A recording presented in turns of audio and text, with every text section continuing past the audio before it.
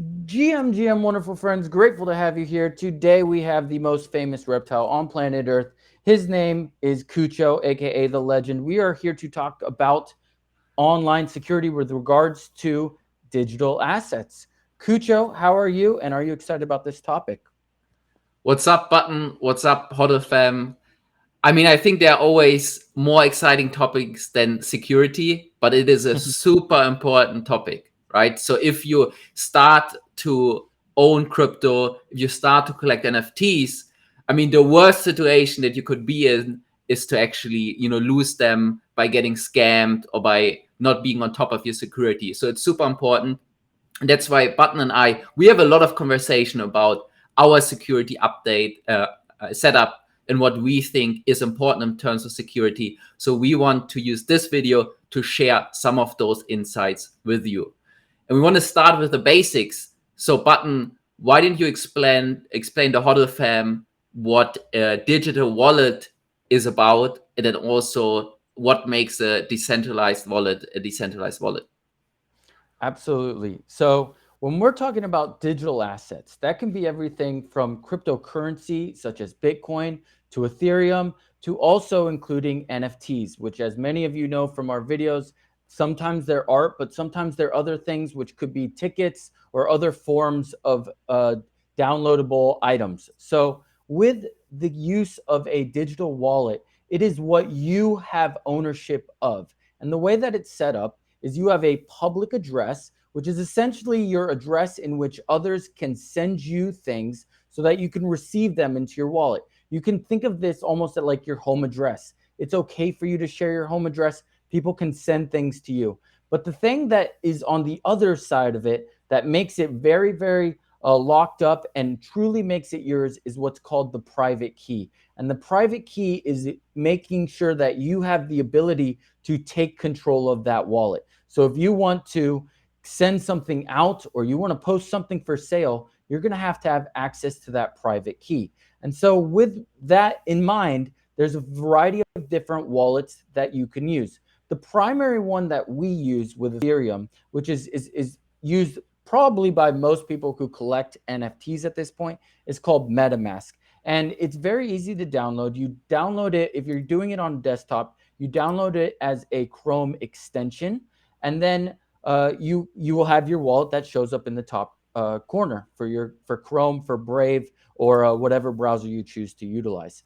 They also have an online application for you to download it as a mobile app, and that's also a really great tool depending on what you're trying to do with your digital assets. Now, the way that it works is you take ownership of it using a seed phrase. Kucho, do you mind explaining how the seed phrase works so that our friends can keep their assets safe?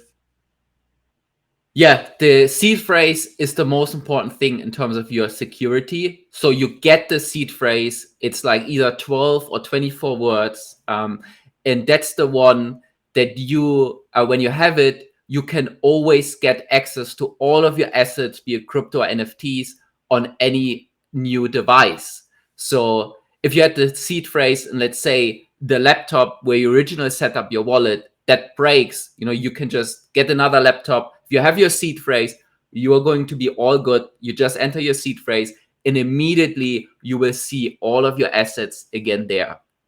What that also means is that you gotta be on top of your security when it comes to your seed phrase, because it also means if somebody else has access to your seed phrase, then they are going to be able to get access to all of your assets. And the big difference is also and also compared to like traditional finances like banking, for example, where let's say somebody frauds your credit card, you can call the bank, right? And they might take care of that charge, and often they take some of that responsibility. But then when it comes to crypto and NFTs, it's decentralized, right? So you are the person that's responsible. And so that means it is a really important topic. And the next key difference that I want to call out is the difference between a hot wallet, a MetaMask being the most common one, and then there are also hardware wallets. And hardware wallets are a lot better in terms of security. So Button, why don't you share a little bit more about what the difference is between a hot wallet and then a hardware wallet, and also what are some of the common hardware wallets that we use in the space? Absolutely. So, like Cucho mentioned, the seed phrase is the essential part that guarantees you to have ownership as long as you have those. Those words can be something like please, forever, plant, and it's in a specific order. And if you get it right, those private keys are released and it shows you have ownership of that wallet.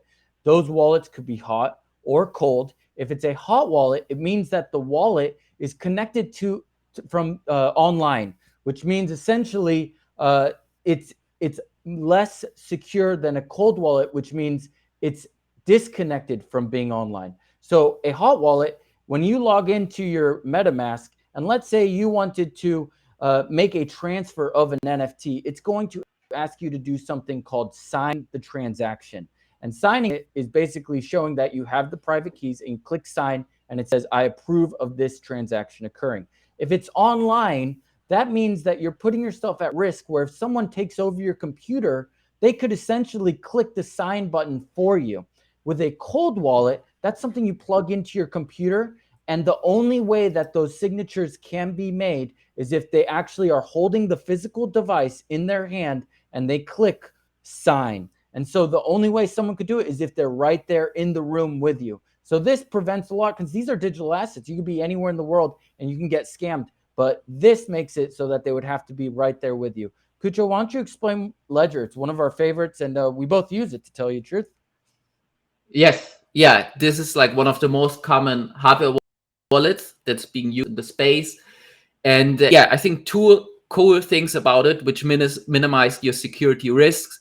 One is, like Button mentioned, all of the transactions, like if you want to list an NFT, if you want to send your NFT to someone, you have to approve the transaction with a physical device.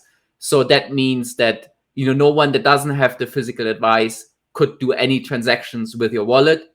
The other thing is also that with hot wallets, your seed phrase is still saved digitally. So let's say somebody hacks your computer, they might get access to your seed phrase.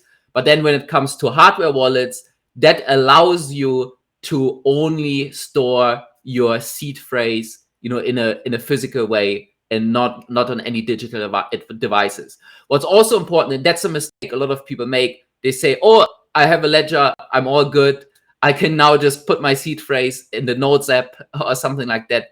But that's a big mistake, right? So if you have a ledger, it's not just about having the ledger, but also, once you have your seed phrase, make sure that you store the seed phrase just physically, not digitally, and in a very secure way.